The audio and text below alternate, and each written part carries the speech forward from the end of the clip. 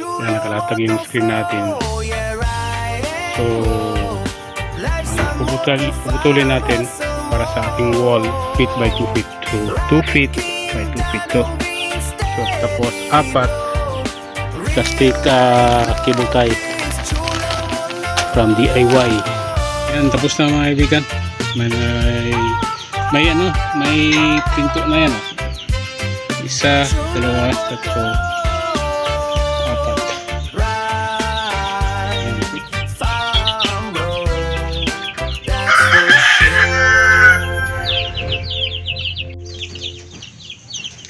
Ayan, welcome back kaibigan sa ating munting channel at munting rabbitry.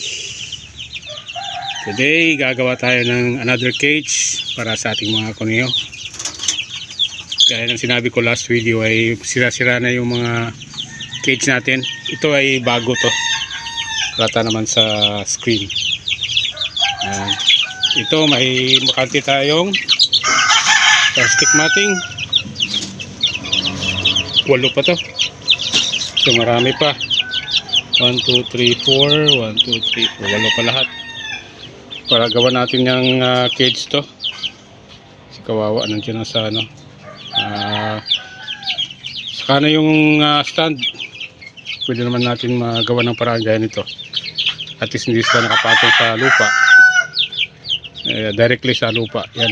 Nakaangat pa rin. At gagawa tayo ng cage. Mating yung gamitin natin pa rin. Plastic matting. At yan. Yung ating 1x1 screen na gagamitin. Welding machine natin yun. So tara, gawa tayo ng another cage. Ang size ng ang gagawin natin cage ay breeder cage. So 4 doors breeder cage ang gagawin natin. Okay, tara. Yan, nakalatag yung screen natin.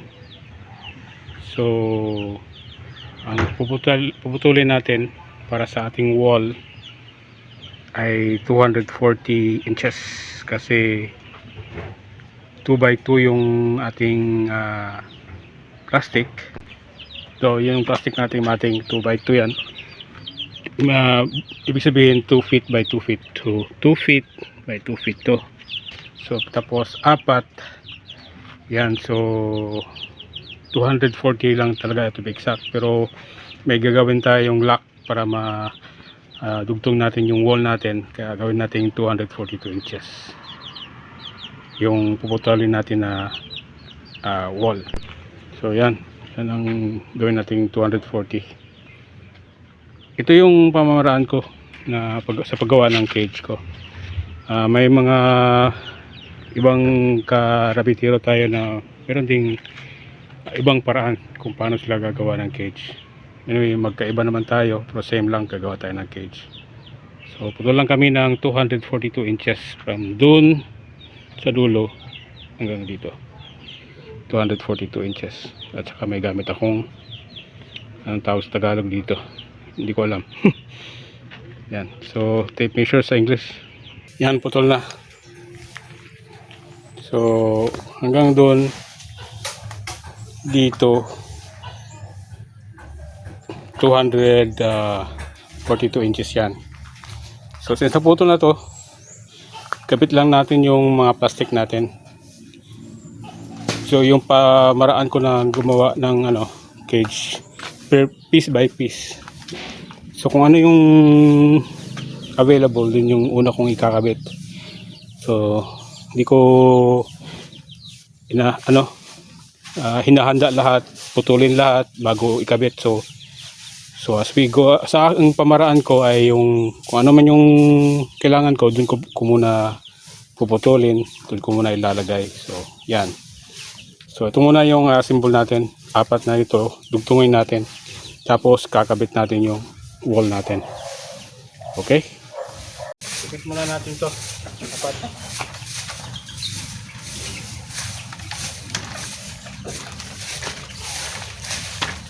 Dalawa lang pwede na, tatlo pwede na.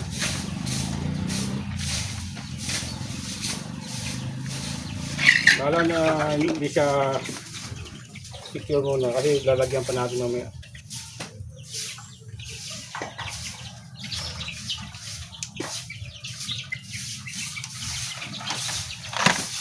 Yan talaga.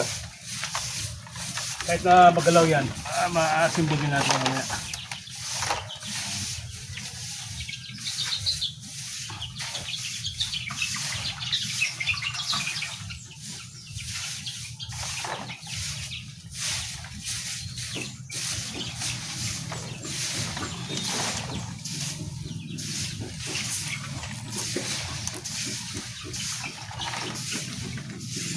Sabi yun.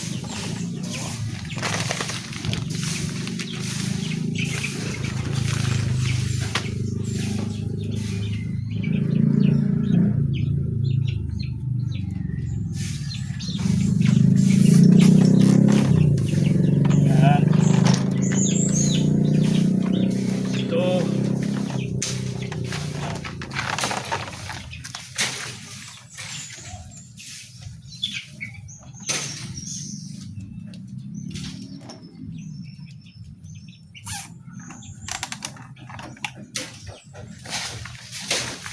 Okay.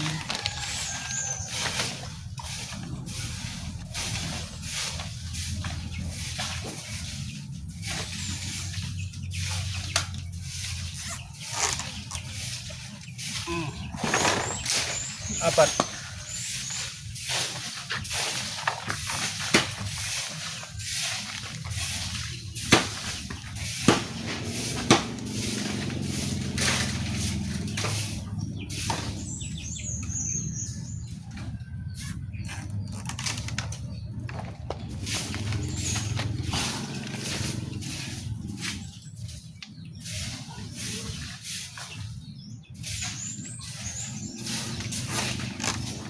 Okay.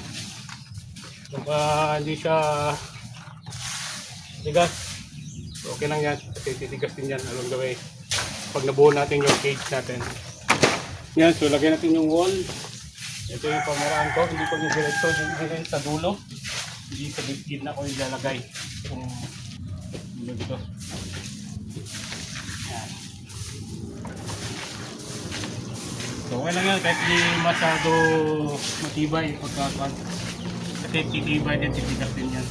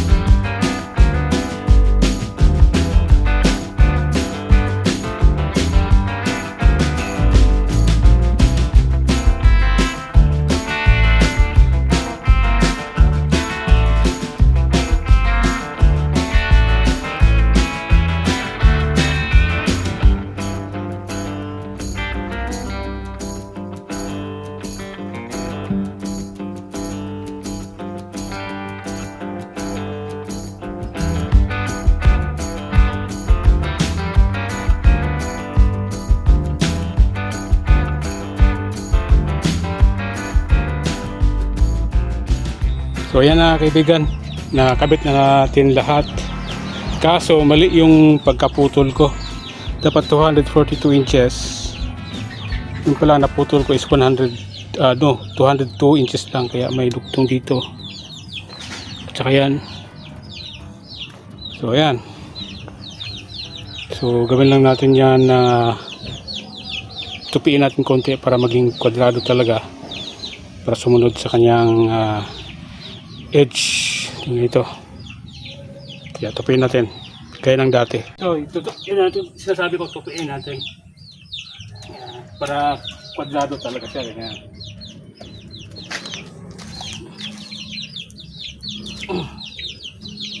Sundan lang natin yung mapping natin para maging kwadrado talaga. Yan. Saka dito last. Ayan. So, padrado na siya. Diba? So, tapusin lang namin yung pagkakabit dito. Tapos, nandito na rin yung division. So, tatlong division kasi 4 doors ito. Ang sukat nito ay 14 inches. Ito, saka 24. Kasi itong wall natin ay 15 lang. So, 14 lang yung dito.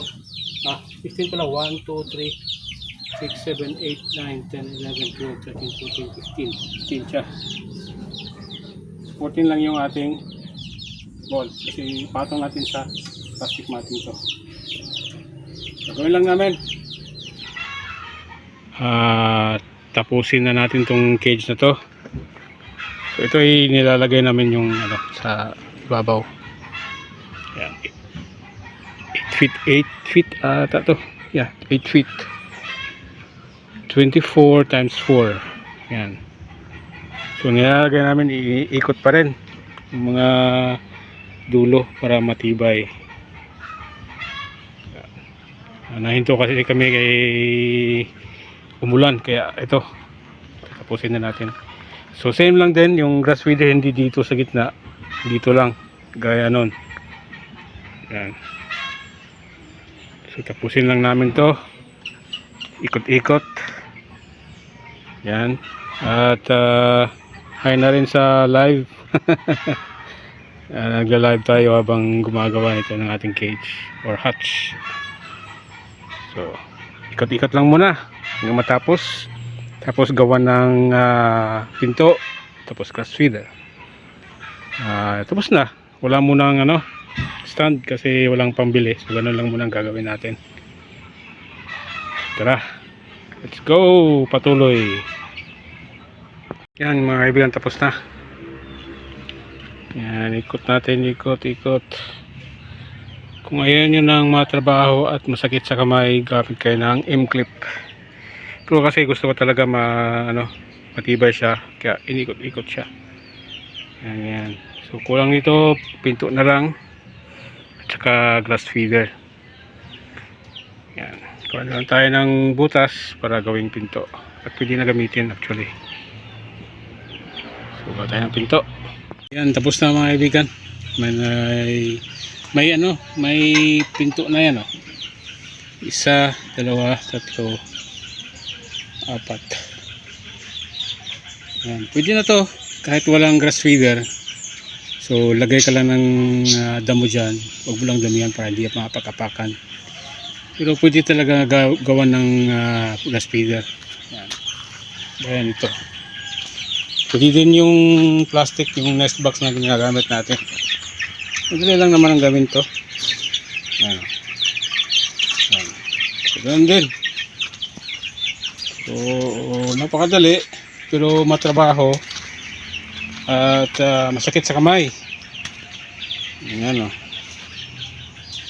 4 doors breeder cage or hutch.